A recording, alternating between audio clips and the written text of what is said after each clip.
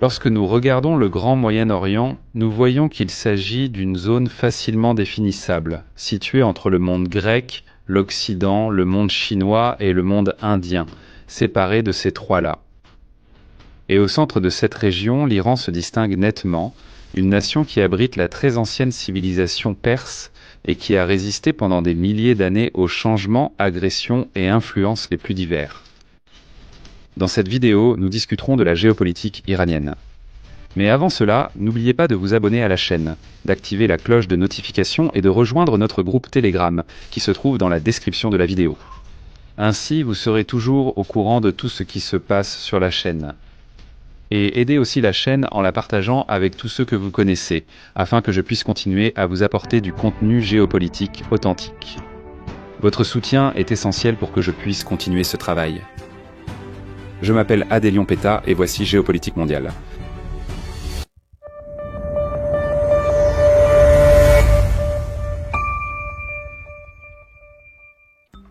L'Iran est le grand diviseur entre l'Orient et l'Occident, se trouvant au carrefour du monde islamique, reliant le Moyen-Orient, le Caucase et l'Asie centre-sud.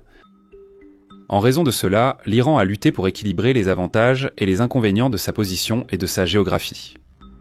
La topographie de la région pousse les forces ici vers une union, c'est-à-dire, dans la littérature géopolitique, ce que l'on peut appeler une force centripète, autrement dit, une force qui favorise l'unité.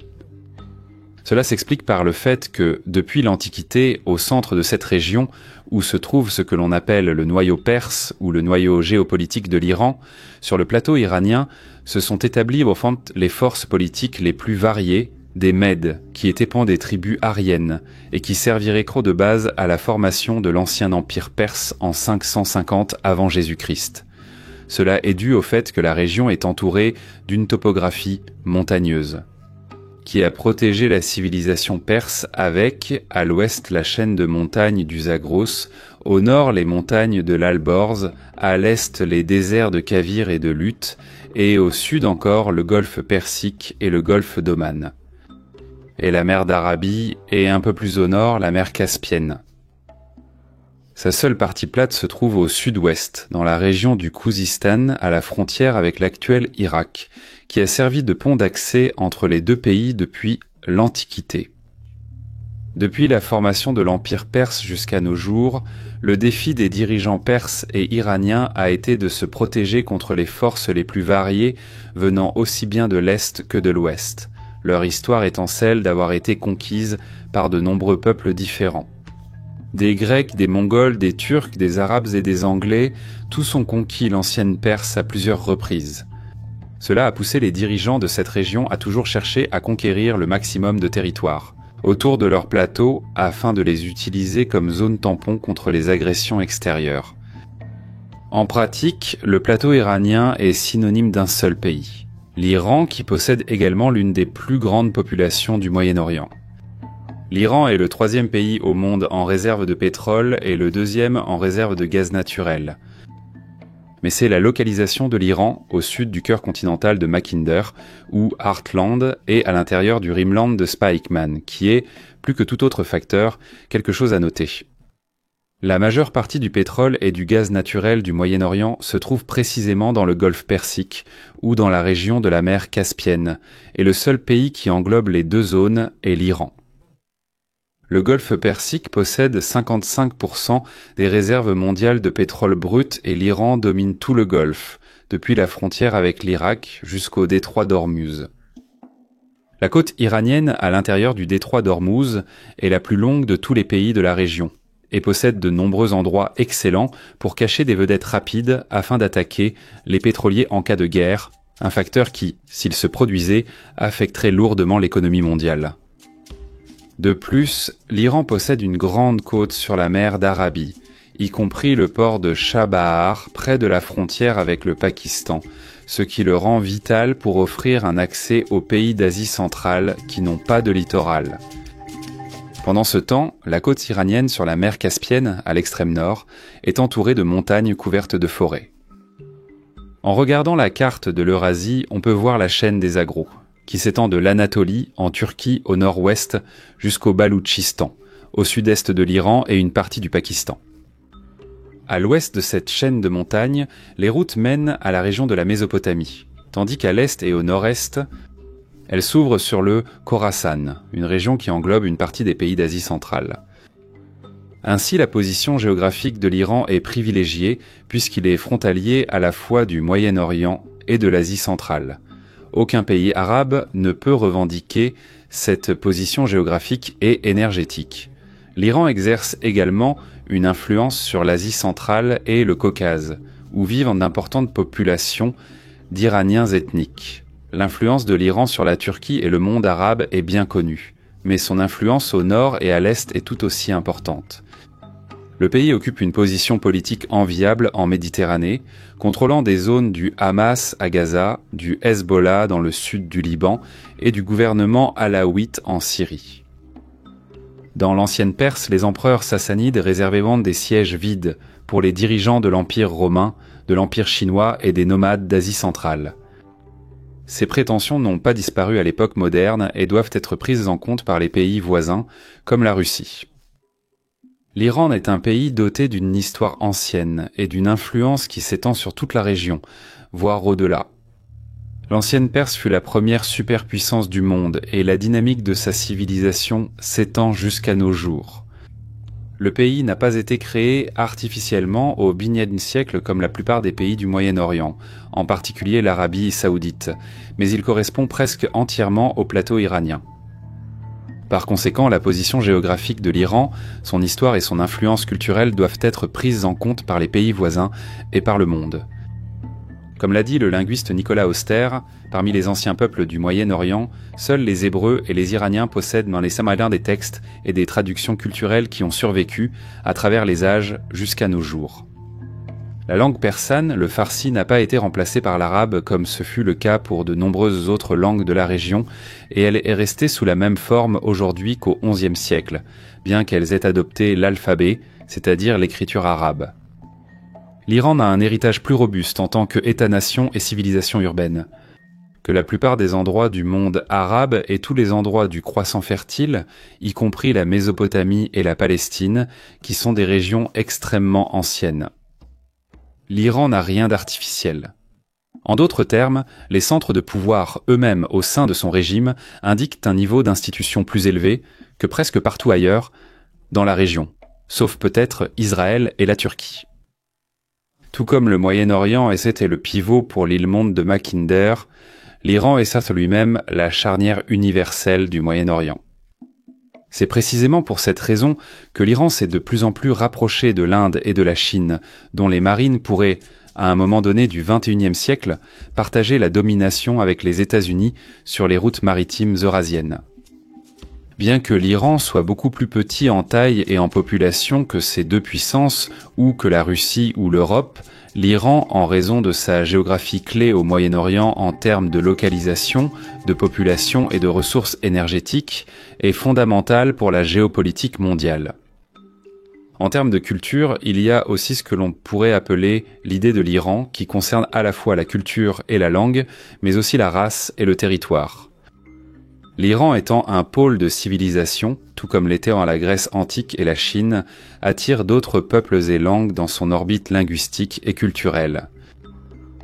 La Grande Iran a commencé vers 700 avant Jésus-Christ avec les Mèdes, un ancien peuple iranien qui, avec l'aide des Scythes, a établi un État indépendant dans le nord-ouest de l'actuel Iran. Déjà vers 600 avant Jésus-Christ, cet empire s'étendait du centre de l'Anatolie, où se trouve aujourd'hui la Turquie, jusqu'à l'Indus-Kouch, où se trouve aujourd'hui l'Afghanistan, et même jusqu'au golfe Persique. En 549 avant Jésus-Christ, Cyrus le Grand, un prince de la maison perse, captura la capitale Mède dans l'ouest de l'Iran et se lança dans de nouvelles conquêtes. Cette carte de l'empire achéménide, gouverné depuis Persépolis, dans le sud de l'Iran, montre l'ancienne Perse à son apogée du 6e au 4e siècle avant Jésus-Christ, s'étendant de la Thrace et de la Macédoine au nord-ouest, de la Libye et de l'Égypte au sud-ouest jusqu'au Pendjab, dans l'actuelle Inde, à l'est, et du Caucase, de la mer Caspienne et de la mer d'Aral, au nord, jusqu'au golfe Persique et à la mer d'Arabie, au sud. Cela incluait le Bosphore et le fleuve Indus, ainsi que le Nil, des points non seulement stratégiques, mais aussi de grande valeur symbolique dans l'Antiquité.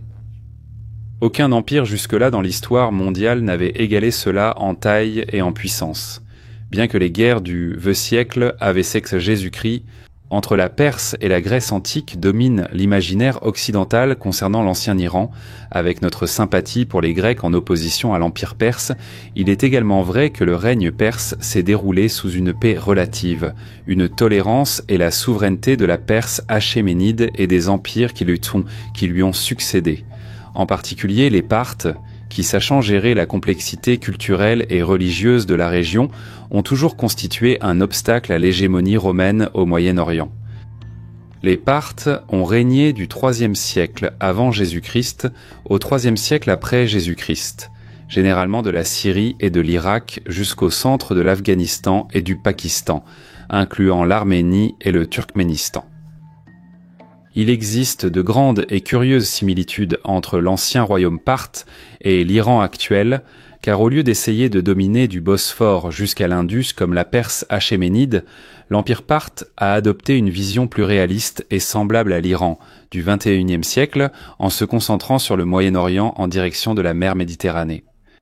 Et aussi dans des conflits directs et indirects sur les territoires correspondant aujourd'hui à la Syrie, au Liban, à l'Irak et au Koweït, avec la grande puissance de l'époque, l'Empire romain. Des conflits qui rappellent beaucoup les rivalités actuelles entre l'Iran et les États-Unis. Comme si le monde avait beaucoup changé pour finalement rester le même. À partir de 1500, la région serait dominée par les Safavides, une dynastie d'origine culturelle et géographique mixte composée de Turcs, d'Azéris, de Géorgiens et de Persans, qui, à son apogée, s'étendait de l'Anatolie et de la Mésopotamie syrienne jusqu'au centre de l'Afghanistan et au Pakistan. Afin de construire un État stable sur le plateau iranien de langue persane, ces nouveaux souverains ont adopté le chiisme islamique comme religion d'État. Les Perses ont peut-être été un grand État et une grande nation depuis l'Antiquité, mais c'est avec les Safavides, grâce à leur introduction du chiisme sur le plateau iranien, qu'ils allaient finalement rééquiper l'Iran pour l'ère moderne. Comparé aux convulsions et révolutions dans le monde arabe pendant les phases initiales et intermédiaires de la guerre froide, la révolution iranienne de 1978 et 1979 s'est distinguée par sa vitalité et sa modernité relative. L'ordre révolutionnaire de Téhéran a constitué une structure gouvernementale développée comme une diffusion de centres de pouvoir et n'a jamais été une autocratie d'un seul homme comme celle que Saddam Hussein dirigeait dans son pays voisin, l'Irak. La révolution iranienne se distingue par l'alliance entre le clergé et l'intelligentsia islamique. Le clergé chiite est incontestablement plus tolérant et ouvert au corpus non islamique que dans les autres pays arabes sunnites. En Iran, l'imagination chiite s'adapte plus facilement à l'idée de révolution en raison de son orientation moderniste et avancée. Cela est dû à l'influence occidentale que le pays a connue à la fin du XIXe siècle et au début du XXe siècle, permettant à ses dirigeants religieux de fonder leur supériorité morale sur une compréhension historique, contrairement au monde arabe sunnite qui a manqué de cette exposition à la philosophie politique occidentale. L'Iran a maintenu un État fort et organisé avec un système présidentiel et un suffrage universel. Le régime clérical en Iran est devenu plus fort en s'unissant à l'État iranien, devenant ainsi efficace dans la poursuite de ses intérêts à travers tout le Moyen-Orient. En raison de leur orientation moderniste, ils ont fait preuve de pragmatisme dans leurs relations extérieures. Le destin géopolitique de l'Iran se joue dans ce que l'on appelle le Grand Moyen-Orient et, par extension, l'Eurasie, qui seront tous deux profondément affectés par l'évolution politique de l'Iran, que ce soit en bien ou en mal. La géographie de l'Iran, comme nous l'avons observé, est vitale pour l'Asie centrale autant qu'elle l'est pour la Mésopotamie et le Moyen-Orient. Cependant, la désintégration de l'Union soviétique n'a apporté que des gains limités à l'Iran, si l'on considère toute l'histoire de la Grande Perse dans cette région. Le suffixe lui-même, stan, utilisé pour les pays d'Asie centrale, signifie « lieu » en persan. Les vecteurs de l'islamisation et de la civilisation en Asie centrale ont été la langue et la culture persane. Cependant, après 1991, l'Azerbaïdjan chiite, au nord-ouest, a adopté l'alphabet latin et s'est rapproché de la Turquie. Quant aux républiques au nord-est de l'Iran, comme l'Ouzbékistan sunnite par exemple, elles se sont orientées davantage vers une base nationaliste que vers une base islamique, par crainte que leurs propres radicaux locaux ne rejettent un rapprochement avec l'Iran. Le Tadjikistan sunnite, mais persanophone, se rapproche de l'Iran, mais l'Iran est limité par la crainte de se faire un ennemi de nombreux musulmans turcophones dans d'autres parties de l'Asie centrale. De plus, ayant une influence nomade et semi-nomade, les Asiatiques centraux étaient rarement des musulmans dévots, et 7 décennies de communisme n'ont fait que renforcer leur tendance laïque, les empêchant d'adopter une version plus radicale ou conservatrice de l'islam et, par conséquent, les éloignant de l'Iran. Ces dernières années, l'Iran a développé des projets d'infrastructures dans les pays d'Asie centrale, ce qui inclut la construction de centrales hydroélectriques, de routes et de chemins de fer. Le pays possède également une technologie nucléaire avancée et qui était riche en gaz naturel et en pétrole, ce qui en fait une route d'exportation importante de ses ressources vers d'autres régions du monde. De plus, l'Iran a établi des alliances avec des pays comme le Kazakhstan et le Turkménistan, ce qui permet le partage des ressources naturelles et la construction d'oléoducs et de gazoducs.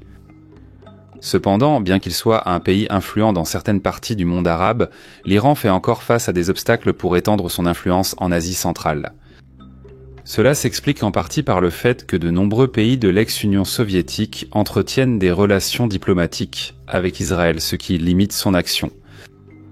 Un autre facteur qui limite l'influence de l'Iran est sa direction cléricale, qui réprime toute forme d'opposition démocratique et exerce une pression sur la diversité culturelle du pays. En d'autres termes, les mêmes dirigeants politiques qui sont responsables de la cohésion du pays, faisant de l'Iran un pays puissant, stable et influent, sont également responsables des difficultés à conquérir les cœurs et les esprits d'autres pays d'Asie centrale et du Moyen-Orient, en raison de cette même direction politique et religieuse restrictive. D'une certaine manière, le régime chiite d'Iran a été capable d'inspirer pendant un certain temps les groupes sunnites opprimés dans tout le Moyen-Orient contre leur propre gouvernement, dont certains sont même tombés.